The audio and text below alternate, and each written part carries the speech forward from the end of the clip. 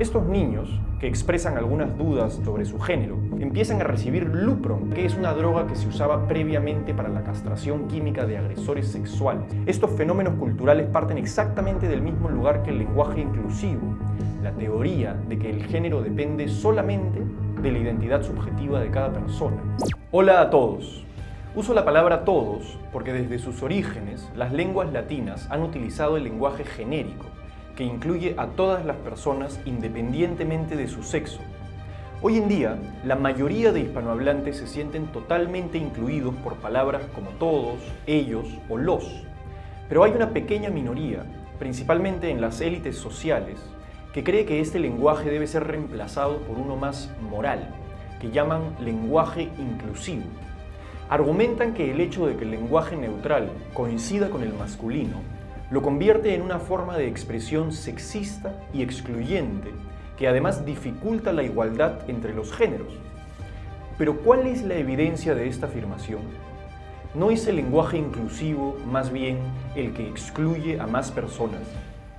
Veamos, cambiar la O por la X, generar nuevos pronombres, condenar ciertas palabras e inventar otras nuevas, es un cambio que no puede venir de manera aislada.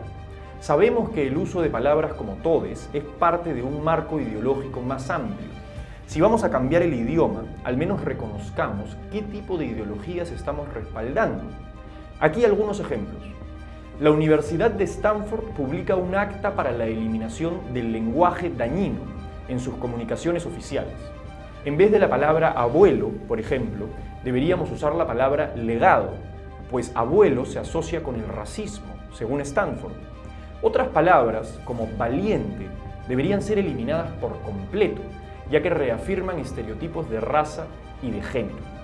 El Center for Control Disease cambió la palabra breastfeeding por chest feeding, para incluir a las personas que, según ellos, pueden dar de lactar aún siendo hombres y no teniendo senos.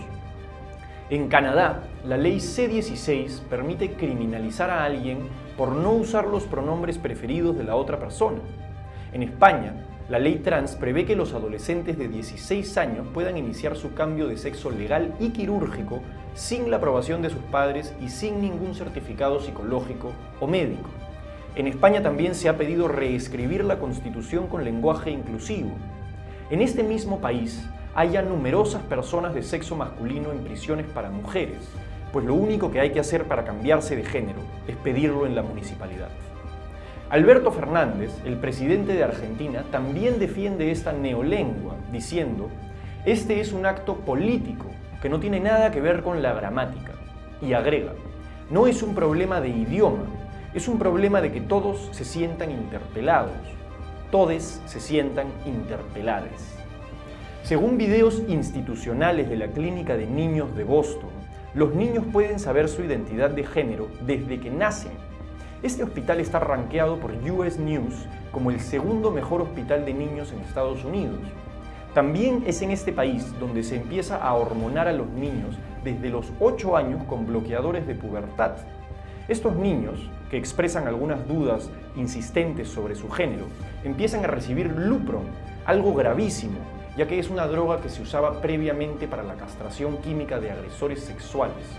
Estos fenómenos culturales parten exactamente del mismo lugar que el lenguaje inclusivo, la teoría de que el género depende solamente de la identidad subjetiva de cada persona. Claramente, no estamos hablando simplemente de una letra que reemplaza a otra, sino de un proyecto político de gran escala. Tendríamos que ver si todo lo mencionado es realmente positivo para las minorías y para la sociedad en general, antes de empezar a cambiar unas letras por otras. En teoría, este proyecto político busca generar una sociedad más inclusiva, ¿pero realmente ayuda? Veamos la evidencia empírica. Más de la mitad de los idiomas del mundo no tienen género gramatical, es decir, no existe distinción entre lo y la, entre todos y todas, como es el caso del inglés.